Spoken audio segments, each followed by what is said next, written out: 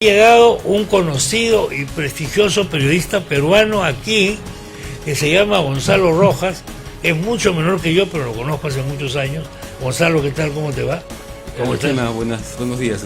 Gracias por la invitación. Por favor, gracias a ti por asistir y por traernos un libro del que ya hablaremos también durante la conversación, Gonzalo, que es Cobre, el futuro del Perú.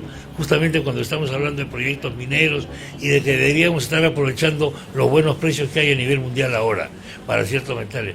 Bueno, Gonzalo Rojas, en el portal El Montonero que citamos el otro día acá, ha escrito un artículo tremendo sobre el canciller Héctor Béjar. En realidad hay dos artículos. Uno de Hugo Neira, que es muy amigo de Héctor Béjar, destacando las cualidades de Béjar, y el polo opuesto es el de Gonzalo, primo de Hugo. Hermano de Hugo. Hermano de Hugo, perdón. Es hijo del primer matrimonio de mi madre. Ah, correctamente. Que es tremendo sobre Héctor Béjar. Y hay noticias ahora que tienen que ver con la posible salida del Grupo de Lima, etcétera. Sí, en realidad lo que demuestra la presencia del artículo de Hugo y el artículo mío, que no sabía yo que Hugo iba a escribir sobre eso, es que hay pluralismo en la página de nuestro amigo Ponce. Víctor Andrés Ponce. Víctor Andrés Ponce. Sí. Y que se pueden expresar también dentro de las familias opiniones distintas. Si bien yo hago un análisis básicamente político. Sí. El señor Béjar ha sido fundador del Partido Comunista Peruano, ha sido director de Unidad durante muchos años, y yo he leído Unidad mucho tiempo. Yo soy de leer todo, lo bueno, lo malo, lo que dicen los amigos, los enemigos, porque hay que estar bien informado para poder opinar. Eso no quiere decir que yo estuviera de acuerdo, pero durante muchos años yo me iba al centro de Lima, a estos kiosquitos que están en la avenida Colmena, a comprar Unidad porque nadie lo leía. Y el único personaje de la izquierda peruana que sostenía que Maduro era demócrata y Chávez no era un dictador y que ha defendido a rajatabla. ¿De cuándo estás hablando? Esto es hasta antes de la pandemia, Antes de la pandemia. O sea, entonces, recién, digamos, en el último ciclo. Y él tenía posiciones bastante, digamos, sí, desfasadas, José María, porque a estas alturas, por ejemplo, pedir que invadamos Chile mañana, como ha pedido nuestro amigo, nuestro actual canciller, sí.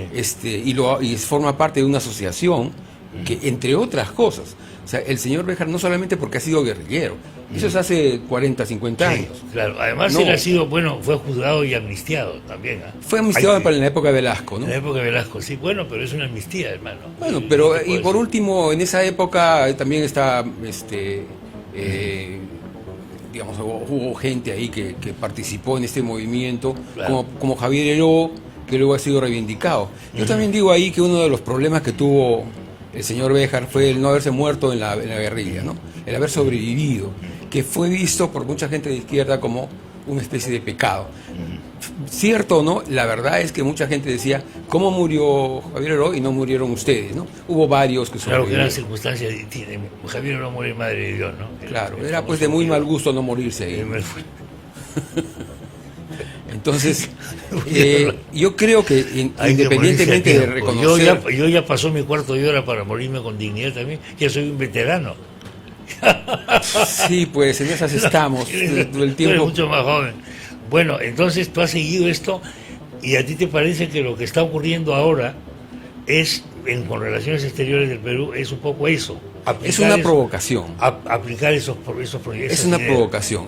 Poner al señor Béjar de canciller es una afrenta a Torre-Tagle, ¿no? Poner al señor Béjar, que ha sido lo que dice de Popolicio, por ejemplo. Yo no he puesto todo lo que hay. Cualquiera que quiera ver esto puede buscar Béjar en Google y encontrar todos sus artículos en un blog que él tiene, que está también en él. Y por ejemplo, a Popolicio lo ha tratado muy mal. No quisiera que lo traten a él así, como él le ha tratado a Popolicio, como esclavo de Trump, como una persona que no tiene ninguna autoridad para hablar, cuando en realidad Popolicio hizo un trabajo bastante decente. Yo no soy partidario, obviamente, de ese gobierno, pero hay que reconocer qué cosa es bueno y malo en cada gobierno. Hay un tema que preocupa muchísimo y es que deberíamos tener algunos, por lo menos, ¿cómo se llama? Proyectos de Estado o políticas de Estado. Y una de ellas tiene que ser relaciones exteriores siempre. Y otra salud y educación y algunas pocas más, ¿no? Y hay que reconocer, gracias, Ahí hay que reconocer, tendríamos problemas ahí. Un tecito para Un tecito, para el frío. claro. Habría que reconocer que dentro del deterioro de las instituciones en general que hemos tenido, especialmente a partir de Montesinos y toda esta historia, la Cancillería se mantuvo siempre con un nivel de credibilidad, de profesionalismo que no se puede discutir. Y el otro sector que también, espero que estés de acuerdo conmigo, es el BCR. Hemos tenido un manejo magnífico del tema monetario. Y ambos están ahora sometidos a una serie de amenazas, ¿no? Vamos a ver un despacho, un informe que hizo el canal de televisión Telesur, justamente sobre lo que sería un viraje del Perú en materia política exterior. El nuevo gobierno de Pedro Castillo pone en práctica con esa medida una política exterior no injerencista.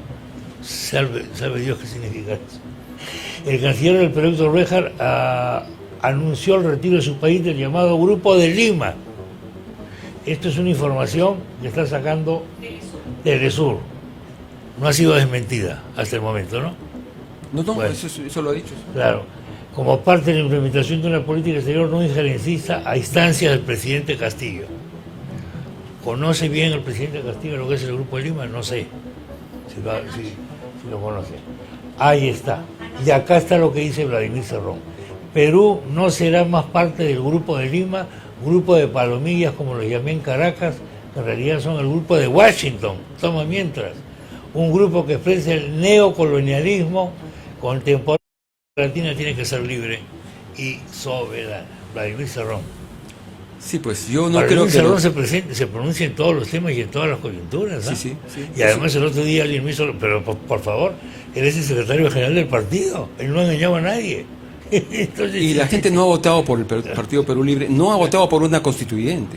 Si ves en las estadísticas de opinión, el tema de la constituyente está muy lejos de los problemas reales que tenemos, que son la pandemia, la crisis económica y varias otras cosas antes que la constituyente. Hoy día, la constituyente es un tema más bien de estrategia para tomar el poder. De poder, es una estrategia de poder, eso de no toma del poder. Discusión.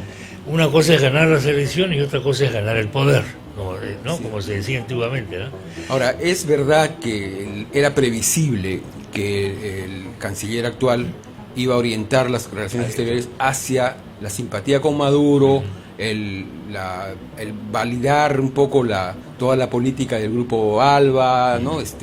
Y bueno, eso es evidente, pero la gente ha votado por eso. No, claro que no. La gente no sabe de qué se trata eso. Ni tampoco le interesa mucho. Tú haces una encuesta, no. Ayer salen encuestas de datos interesantísimas. Uno, la percepción del público es que la situación económica o va a seguir igual que mala, o va a empeorar. O sea, estamos ya... Y luego, la popularidad del presidente ha caído, y luego hay una percepción del público de que quien lleva la batuta es Cerrón.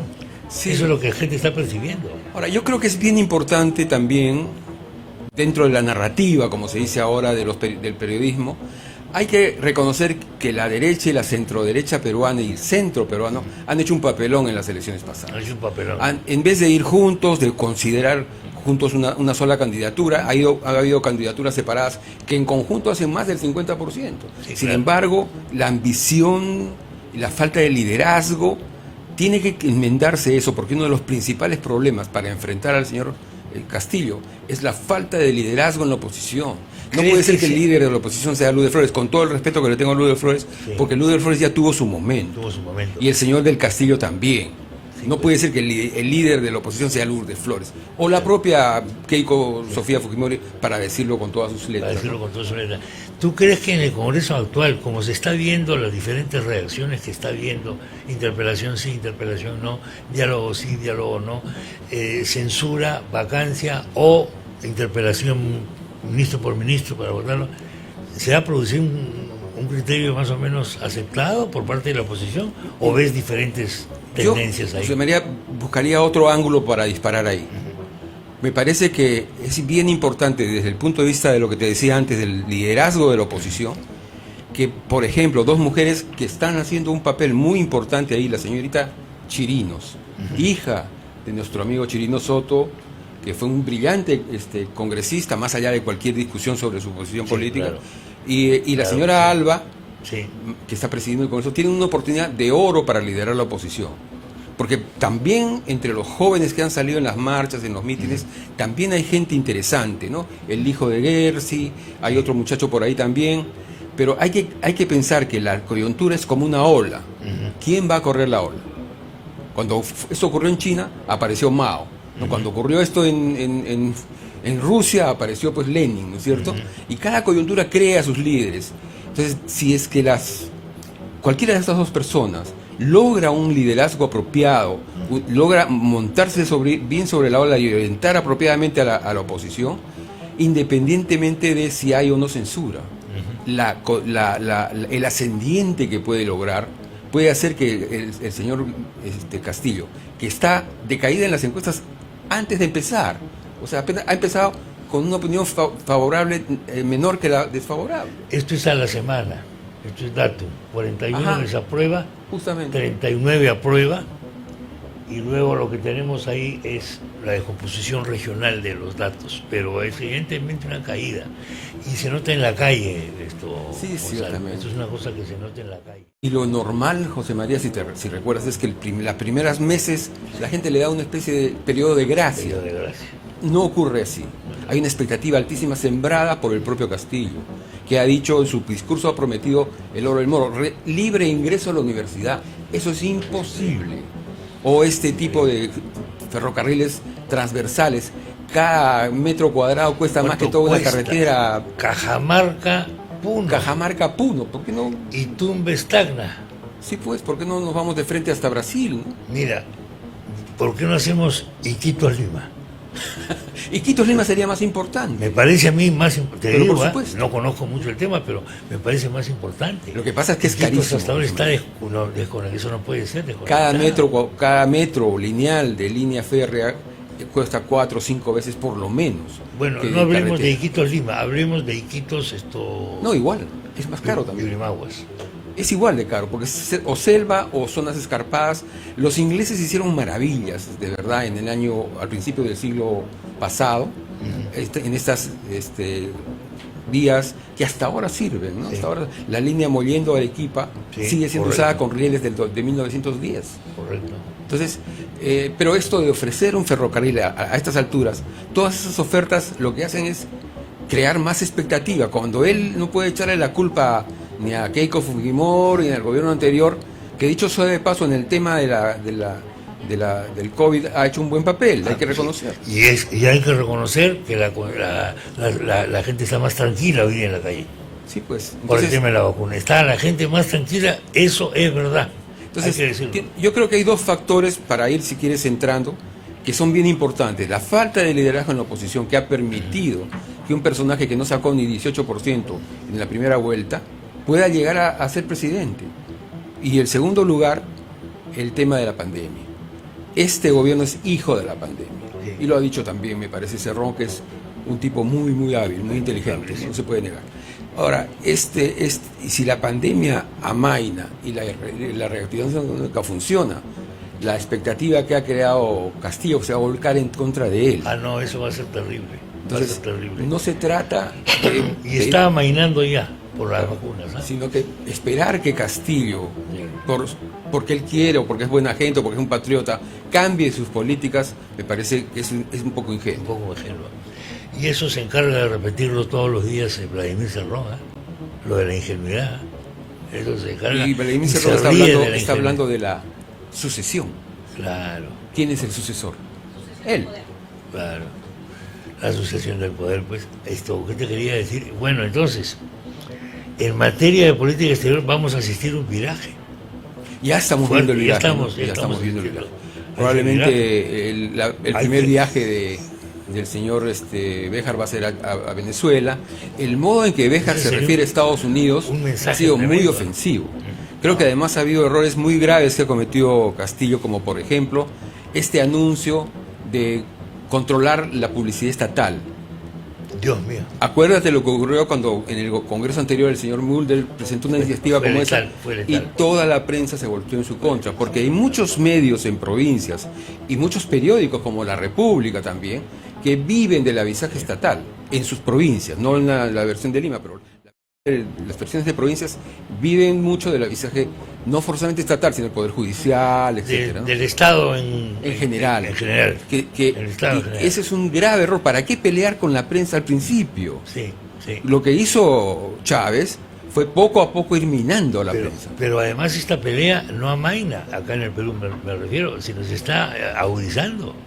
Porque, oye, hasta ahora sigue la carta esa malhadada que mandó Castillo candidato al ministro de Transportes, ¿no es cierto? Sobre Willax, sobre Felipe y compañía.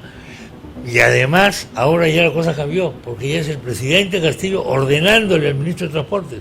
Eso también es una tontería. Eso es una barbaridad. Porque los periodistas siempre vamos a tener la última palabra. A menos que nos metan presos. Bueno, claro. Cuidado con eso. Cuidado con eso. ¿Por qué?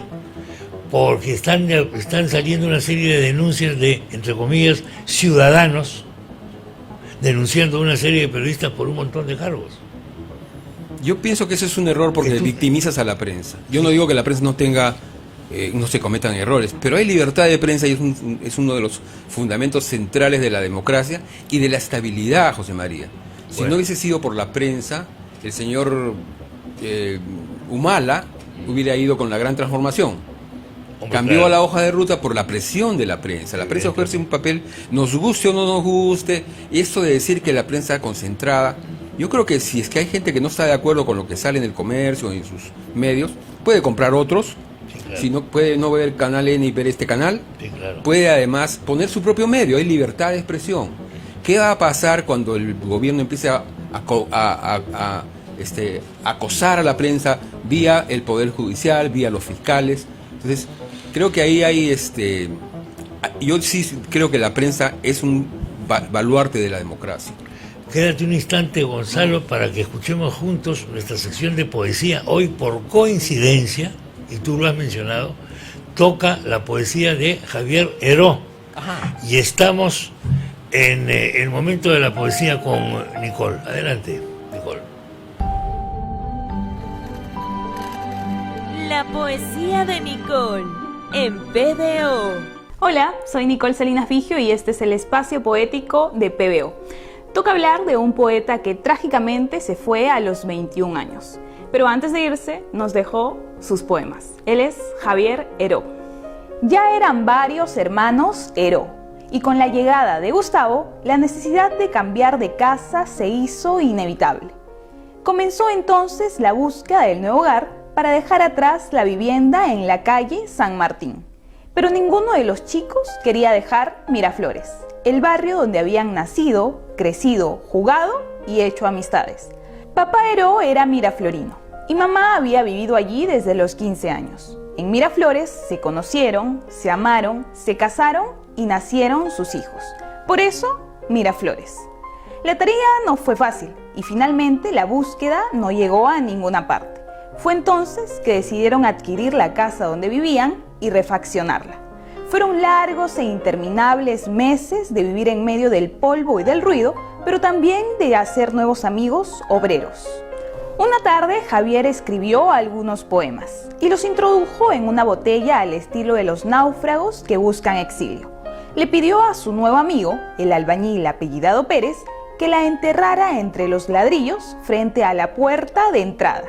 Luego de eso, pasó el resto del día eufórico e ilusionado, diciendo que algún día esa pared sería derribada nuevamente y alguien encontraría sus poemas, y al leerlo diría: aquí vivió un poeta. El valle de Tarma es grande, pero más grande es mi corazón cuando lo miro, pero más amplio es mi pecho cuando aspiro aire y aire, cielo y cóndor, martes y jueves. Más grande que el río es el hombre, más grande que el valle son los ojos de tantos caminantes de costado. Con lo leído nos damos cuenta que no hace falta desenterrar esos poemas de aquella casa miraflorina para saber que Heró era poeta. Un poeta que falleció a los 21 años, pero esa parte de su vida ya la conoceremos en otra edición. Este fue el espacio poético de hoy. Con nosotros será hasta la próxima. La poesía de Nicole en PBO. Bueno, pues justamente tú mencionabas a Javier Heró, ¿no? Muy interesante y muy importante que tengan una sección de No, esto sí, no sabía que había y mira, lo felicito de verdad. Hay una es secuencia muy de importante poesía, la cultura, ¿no? Hay una secuencia de cine, TV, series, etcétera, con una perspectiva histórica. Y hay dichos y refranes. Ajá. ¿Por qué se dice tal cosa? Qué interesante. Y misterios y leyendas. Qué bien, Y el relleno lo pongo yo. eso, ¿eh? Hay que publicitarlo porque la gente Sí, hay que publicitarlo. se requiere que tenga la opción. El que quiera escucharlo. Tiene que tener opción. La libertad consiste en eso. Señores del gobierno, que no les gusta la prensa. Yo entiendo que no les puede gustar. A ningún gobierno le gusta la prensa. Pero la gente tiene que tener opciones. De lo contrario, nos encerramos pues en una madriguera y nos ponemos unos anteojos y se acabó. Y eso no es correcto. Bueno, has traído un libro sobre el cobre, Gonzalo. Sí, este libro lo hicimos en el año 2019. Cobre, el futuro Se del llama Perú. Cobre, el futuro del Perú. Cuéntanos en qué consiste este libro. Este es un libro, digamos, en buen formato, con un trabajo de un equipo que estuvimos trabajando casi un año. Se tiraron 3.000 ejemplares. Este libro lo hemos sacado con CIMADE, es una ONG que ve temas de desarrollo, ambiente y minería. Y el libro está alrededor de la idea, para demostrar la idea de la importancia que tiene el cobre para el Perú, para poder, digamos, enfrentar el desarrollo del país hacia una sociedad más justa, pero también más rica. El cobre en el Perú y en el mundo tiene un futuro extraordinario. Tiene un futuro extraordinario, ¿no? Todo lo que es las nuevas tecnologías, los autos eléctricos. Eso me estaban explicando, lo de los autos. Yo no sabía. Y todo el cableado sobre todo. El cableado todo es cobre. El cableado. Entonces, el cobre está probado que va a tener un alza y el Perú es el segundo productor en el mundo. Chile nos gana todavía. El Chile tiene más reservas que nosotros, pero en cuanto a proyectos que podrían desarrollarse ya, el Perú está mucho mejor que Chile. Podríamos llegar a emular a Chile o a ganarle la partida si es que hubiese una decisión política de poner en marcha los proyectos. Tal cual veo yo el asunto, eso no va a ocurrir con este gobierno, pese a que el ministro de Energía y Minas parece ser, digamos, una rara avis en este panorama del gabinete, porque parece tener una disposición mejor para los proyectos, pero ya el señor Hugo Bellido ya se ha pronunciado pues alrededor del tema de Tía María muchas veces. Pero el libro, se hicieron 3.000 ejemplares, Sí. y se vendieron 1.500 Claro. en preventa, con lo cual financiamos el proyecto. Es una cosa estupenda. Entonces, Tendría que luego hablar vino la pandemia. De este libro, de esta calidad, las fotos son estupendas. Hay contexto histórico, hay cronologías, hay calendarios, hay toda una Sí, serie de datos. además está en la proyección al futuro. Sí, y bueno, y China es el gran consumidor. Ahora bien, ¿lo ves a Castillo muy favorable a China? A propósito de eso, yo creo que ahí Por esa el tema entrevista. del cobre tiene que ver también con la política exterior peruana. Sí, pues. China tiene ahora una injerencia muy importante en las minas de cobre del Perú, y va a tener una injerencia mayor con el tiempo. Eso inevitablemente, con el gobierno que sea. Los chinos invierten mucho dinero sin esperar un retorno inmediato, y en muchos casos sin condicionar políticamente o sea, aquí no vienen a decirnos ustedes tienen que ser del Partido Comunista para que invirtamos. No, los chinos tienen un sistema de capitalismo muy limpio, en el sentido de que no mezclan la política con eso, ¿no? Hacia afuera. Dentro sí, efectivamente hay un control muy riguroso. Entonces yo creo que la estrategia de Castillo, empezando por lo que ya hemos visto, va a ser tratar de congraciarse con los chinos y tomar distancia de Estados Unidos. El discurso de Béjar es muy anti-estadounidense, no es anti-imperialista, es anti-estadounidense. Él ha criticado de una manera muy dura todos los gobiernos americanos, incluyendo el de Obama, y nunca ha tenido ninguna expectativa con respecto a... Entonces, lo que se va a ver, me parece, es un distanciamiento del Perú con respecto a Estados Unidos, lo cual a nosotros simplemente no nos conviene, porque tenemos ahí muchísimos intereses. Nosotros tenemos intereses ahí, tenemos el dólar es un activo importante para nosotros en general. Hay muchas empresas muy importantes en el Perú que son americanas, norteamericanas, y que van a tener problemas para renovar. Ya estábamos viendo que Newmont ha tomado distancia, ¿no? Cuanto a... Entonces, creo que esos Newmont ha tomado distancia y son varios cientos de millones. Entonces hay que tener en claro que la oposición no tiene tampoco que hacer ningún malabar, no tiene que sacar conejos del sombrero, porque el gobierno está demostrando que tiene un posgrado en dispararse al zapato. A cada rato cometen errores muy graves. Hermano, pero a veces se le desvía la bala y me cae mi zapato, a mí, el mío. Y le cae el zapato del vecino. El otro día me cayó una esquirra, pero me ha dejado medio cojo. Y los disparos que veo con el nombre de dólar, hermano, la disparada de dólar, eso sí que es un disparo. Claro, Beto Ortiz se ha ido del país pensando que ese disparo le puede caer a él también, ¿no? Bueno, cuidado con eso porque tenemos el caso de Combina, el excongresista Combina, está en España. Hay gente que puede decir, no, pero es una cosa subjetiva. Pero claro que es subjetiva, pues. Si tú te sientes amenazado es subjetivo, por supuesto que es un... Claro, el miedo es subjetivo. Que es subjetivo. Y además entonces, el miedo está debajo del pensamiento, ¿no? Entonces ya tenemos 2 asilados del gobierno del presidente Castillo. Va a venir el tercero, se está diciendo que puede haber un tercero y que podría ser periodista. No, estoy tratando de confirmar esto. No puedo mencionar nada en este momento, ya, pero estamos tratando de hacer la confirmación. Si así fuera, la verdad, Dios nos coja confesados, ¿no? Ahora, yo me confieso saliendo de acá. José María, yo también creo que hay que decir, antes yo creo que terminamos, ¿no? Pero sí, que la Constitución sí tiene que, en algunos casos, renovarse algunos temas. Hombre, claro. Hay algunos temas, sobre todo el sistema político peruano, que hay que corregir. Y además los cambios que hemos hecho, o que ha hecho Vizcarra, han sido para peor. Claro, el sistema político, bueno, oye. Sí. Pero, por ejemplo... Peor con IA, peor, no peor, peor con I. Sí, yo plantearía un solo tema, un solo tema entre todos los que hay, ¿no? No puede ser que con menos de 20% pases a la segunda vuelta. Sí, claro. Si hay 2 candidatos que tienen menos de 20%, hay que ir a una nueva elección.